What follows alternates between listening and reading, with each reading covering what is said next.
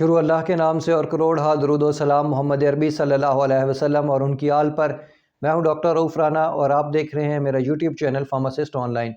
کیونوفلاکس ایک anti biotic دوا ہے جو ڈاکٹر مختلف امراض میں استعمال کرواتے ہیں۔ اس کا درست طریقہ استعمال کیا ہے، یہ کن کن مرضوں میں استعمال کی جاتی ہے، کس مرض میں کتنے دن تک اس دوا کا استعمال کرنا چاہیے، اس کے ممکنہ سائیڈ ایفیکٹس کیا کیا ہیں اور کن کن دوا کے ساتھ اس کا استعمال نہیں کرنا چاہیے، یہ تمام معلومات آج کی اس ویڈیو میں شامل ہے۔ اس سے پہلے کہ اگر آپ نے ہمارا یہ چینل سبسکرائب نہیں کیا تو برائے کرم اس کو سبسکرائب کر لیجئے تاکہ ہمارے آنے والی تمام ویڈیوز تواتر کے ساتھ آپ کو ملتی رہیں۔ کیونوفلاکس کے اندر جو ایکٹیو انگریڈینٹ پایا جاتا ہے اسے سپروفلاکسسن کہتے ہیں، جو کہ ایک اینٹی بائیوٹک ہے۔ یہ عموماً چیسٹ انفیکشن، سکن اور bone infection, sexually transmitted disease کے اندر، eye infection, ear infection, typhoid fever, diarrhoea, pneumonia, urinary track infection, پیشاب کی نالی میں انفیکشن، گردوں میں انفیکشن اور اپر ریسپیریٹری ٹریک انفیکشن جو کہ عموماً بیکٹیریا کی وجہ سے ہوتے ہیں، ان میں اس کا استعمال کروایا جاتا ہے۔ یہ کھانے کے بعد ریپڈلی ایبزارب ہو جاتی ہے اور 12 گھنٹے تک اس دوا کی جو مقدار ہے وہ جسم کے اندر موجود رہتی ہے، اس لیے عموماً اس کی 2 وقت خوراک دی جاتی ہے، صبح اور شام۔ اس کو لینے میں کھانے میں کوئی خاص طریقہ نہیں ہوتا، اس کو کسی بھی فلوئڈ کے ساتھ آپ استعمال کیا جا سکتا ہے، کھانے سے پہلے یا کھانے کے بعد اس کا استعمال کیا جا سکتا ہے۔ اگر خالی پیٹ اس کا دوا کو لے لیا جائے تو اس کی ایبزارپشن زیادہ ہو سکتی ہے، لیکن ایک ضروری بات یہ ہے کہ اس دوا کا استعمال دودھ کے ساتھ نہیں کرنا چاہیے۔ دودھ اور ایسی خوراک جس کے اندر کیلشیم موجود ہوتی ہے، دودھ، دہی، اس کے ساتھ اس کا استعمال نہیں کرنا چاہیے، کیونکہ دودھ، دہی اور یہ کیلشیم کی جو مقدار ہے وہ اس دوا کو جذب کرتا ہے، جو جسم کے اندر وہ کم کر دیتا ہے اور دوا کا اثر کم ہو جاتا ہے اس کے ساتھ، اس لیے دودھ کے ساتھ اس دوا کا استعمال نہیں کرنا چاہیے۔ اور سب سے ضروری بات یہ ہے کہ یہ اینٹی بائیوٹک دوا جب بھی ڈاکٹر پرسکرائب کرے تو جتنے دن تک اس کو پرسکرائب کرے اتنے دن تک ہی لینا چاہیے۔ مثال کے طور پر اپر ریسپیریٹری ٹریک انفیکشن میں اس دوا کا استعمال عموماً ڈاکٹر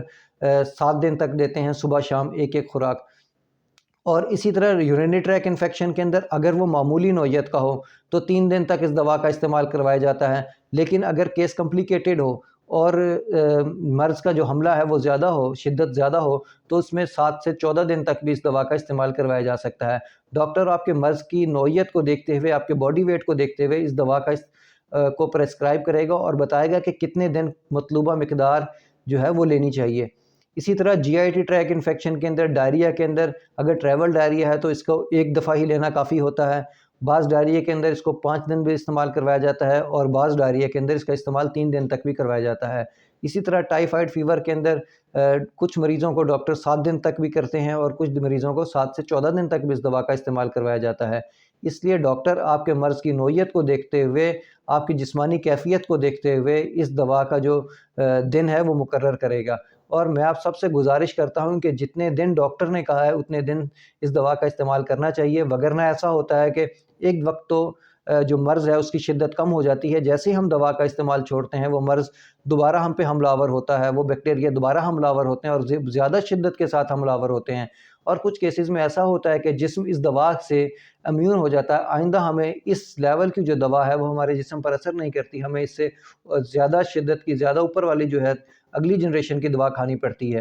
اس لیے جتنی دیر ڈاکٹر آپ کو کہے دوا کا استعمال اتنی دیر تک کریں تاکہ وہ جو جراثیم ہیں مکمل طور پر ختم ہو سکیں۔ کچھ باتیں بتانا ضروری ہیں کہ کچھ ادویات کے ساتھ اس کا استعمال نہیں کرنا چاہیے، جیسے کہ ٹائزیڈازین جو کہ مارکیٹ میں موویکس کے نام سے اویلیبل ہوتی ہے، اس دوا کے ساتھ اس کا استعمال نہیں کرنا چاہیے۔ یا سانس کے مریض ایک دوا استعمال کرتے ہیں کیوبیران ٹی ایس آر، اس کے ساتھ اس کا استعمال نہیں کرنا چاہیے۔ وائٹامن کے اینٹاگونسٹ جو ہیں اس کے ساتھ اس کا استعمال نہیں کرنا چاہیے۔ اور ایک اینٹی ڈپریسنٹ دوا جو اکثر مارکیٹ میں ڈیولان کے نام سے، ڈوزالٹا کے نام سے اویلیبل ہوتی ہے، اس دوا کے ساتھ اس کا استعمال نہیں کرنا چاہیے۔ اگر آپ یہ ادویات کا استعمال کر رہے ہیں تو اپنے ڈاکٹر کو بتائیں کہ میں ان ادویات کا استعمال کر رہا ہوں تاکہ وہ آپ کو ایڈجسٹمنٹ جو ہے اس کی کر سکے۔ اس کی ممکنہ سائیڈ ایفیکٹ کے اندر سر درد،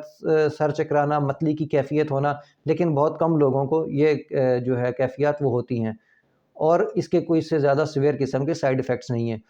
مجھے امید ہے کہ میری یہ ویڈیو آپ کو پسند آئی ہوگی، اگر پسند آئے تو اسے لائک اور شیئر ضرور کیجیے گا۔ اللہ آپ کو اور آپ کے تمام اہل خانہ کو صحت والی زندگی عطا کرے۔ اللہ حافظ۔